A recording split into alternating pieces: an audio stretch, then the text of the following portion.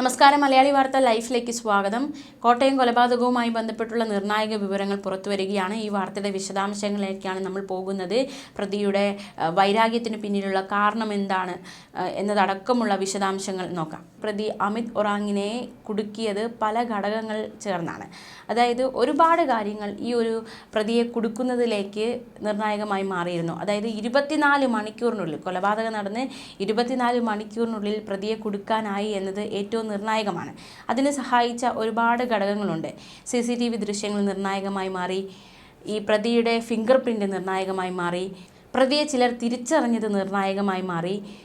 ഇത്തരത്തിൽ പല പല ഘടകങ്ങളാണ് പ്രതിയെ കുടുക്കുന്നതിലേക്ക് നയിച്ചത്. അതിലേറ്റവും പ്രധാനമായിട്ടുള്ള ഒരു വിവരമാണ് പുറത്തു വരുന്നത്. പ്രതിയെ ചിലർ തിരിച്ചറിഞ്ഞു. ഒരു ഓട്ടോ ഡ്രൈവർ പ്രതിയെ തിരിച്ചറിഞ്ഞു എന്ന വിവരമാണ്. ആ വാർത്തയുടെ വിശദാംശങ്ങൾ നമുക്ക് നോക്കാം. ചൊവ്വാഴ്ച രാത്രിയാണ് അമിത് ഉറാങ് മാളയിൽ അതിഥി തൊഴിലാളികൾ താമസിക്കുന്ന സ്ഥലത്തെത്തിയത്. കോഴിഫാമിൽ തൊഴിലാളികളായ 3 അസം സ്വദേശികളാണ് ഇവിടെ കഴിയുന്നത്. കോഴിഫാമിനോട് ചേർന്നാണ് താമസ സ്ഥലവും.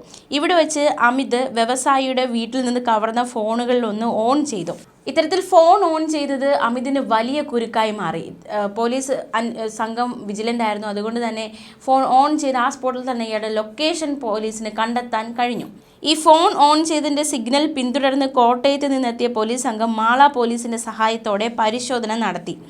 ഇന്നലെ രാവിലെ 9 മണിയോടെ അമിത് ചായ കുടിക്കാനായി പുറത്തിറങ്ങിയപ്പോഴാണ് പിടിയിലായത്. പോലീസ് പുറത്തിറക്കിയ നോട്ടീസിലെ പടവുമായി സാമ്യം തോന്നിയ ഓട്ടോ ഡ്രൈവറാണ് ആദ്യം അമിതിനെ തിരിച്ചറിഞ്ഞത്. തുടർന്ന് നാട്ടുകാർ തടഞ്ഞുവെച്ച് പോലീസിൽ ഏൽപ്പിക്കുകയായിരുന്നു. ഫോൺ സിഗ്നൽ പിന്തുടർന്നെത്തിയ പോലീസ് സംഘവും സമീപത്ത് തന്നെ ഉണ്ടായിരുന്നു.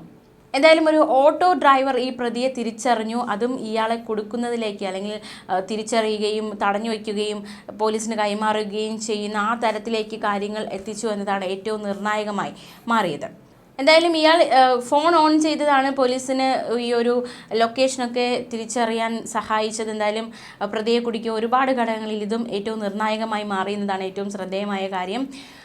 കൂടാതെ ഈ CCTV ദൃശ്യങ്ങൾ, പ്രത്യേകിച്ച് ഈ റെയിൽവേ സ്റ്റേഷനിലെ CCTV ദൃശ്യങ്ങൾ, ലോഡ്ജിൽ ഇയാൾ താമസിച്ച ലോഡ്ജിലെ CCTV ദൃശ്യങ്ങൾ ഒക്കെ ഈ പ്രതിയിലേക്ക് എത്താൻ അന്വേഷണ സംഘത്തെ സഹായിച്ചു എന്നതും ശ്രദ്ധേയമാണ്. എന്തായാലും കഴിഞ്ഞ ദിവസം തെളിവെടുപ്പ് നടത്തിയിരുന്നു. ഇന്നും തെളിവെടുപ്പിന് സാധ്യതയുണ്ട്. പ്രതിയുമായി ഇന്നലെ നടത്തിയ തെളിവെടുപ്പിനിടെ നിർണായകമായ CCTV ഹാർഡ് ഡിസ്ക് കണ്ടെത്തിയിരുന്നു. മാത്രമല്ല കൊല്ലപ്പെട്ട ദമ്പതികളുടെ ഒരു ഫോണും കണ്ടെത്തി. വീട്ടിലെത്തി തെളിവെടുപ്പ് നടത്തുന്നതിനിടെ ഇയാൾ എങ്ങനെയാണ് ഈ കൊലപാതകം നടത്തിയത് എന്ന രീതി പോലീസിനോട് വിവരിച്ചു. പ്രതി കോട്ടയത്ത് താമസിച്ച ലോഡ്ജിലും ഡ്രില്ലിംഗ് മെഷീൻ വാങ്ങിയ കടയിലും ഇന്നെത്തിച്ച് തെളിവെടുപ്പ് നടത്തും. മുൻ വൈരാഗ്യം തന്നെയാണ് കൊലയിലേക്ക് നയിച്ചത്.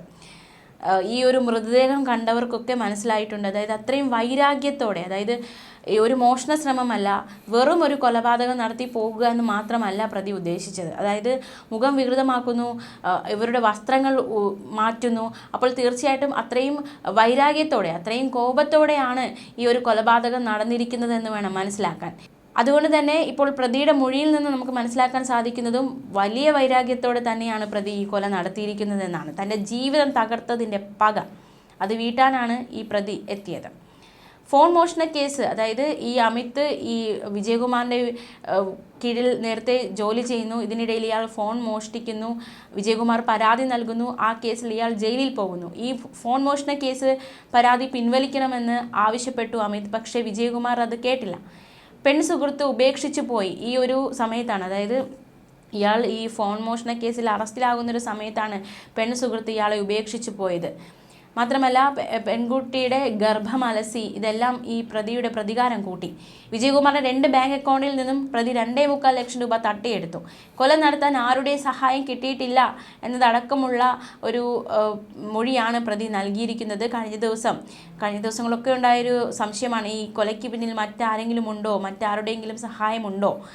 ഈ പ്രതി മാളയിലേക്ക് പോയത് അവിടെ സഹോദരനുണ്ടായിരുന്നു. സഹോദരൻ്റെ ഒരു കെയർ ഓഫിലാണ് അവിടെ എത്തിയതും അവിടെ താമസിച്ചതും. അപ്പോൾ സഹോദരൻ്റെ ഒരു സഹായം കൂടി ഈ കൊലപാതകത്തിൽ പ്രതിക്ക് കിട്ടിയിട്ടുണ്ടോ എന്നതടക്കമുള്ള സംശയങ്ങൾ ശക്തമായിരുന്നു. എന്തായാലും പ്രതി ഒറ്റയ്ക്ക് തന്നെയാണ് ഈ കൃത്യത്തിൽ ഏർപ്പെട്ടിരിക്കുന്നതെന്നാണ് ഇപ്പോൾ പുറത്തു വരുന്ന വിവരങ്ങൾ സൂചിപ്പിക്കുന്നത്.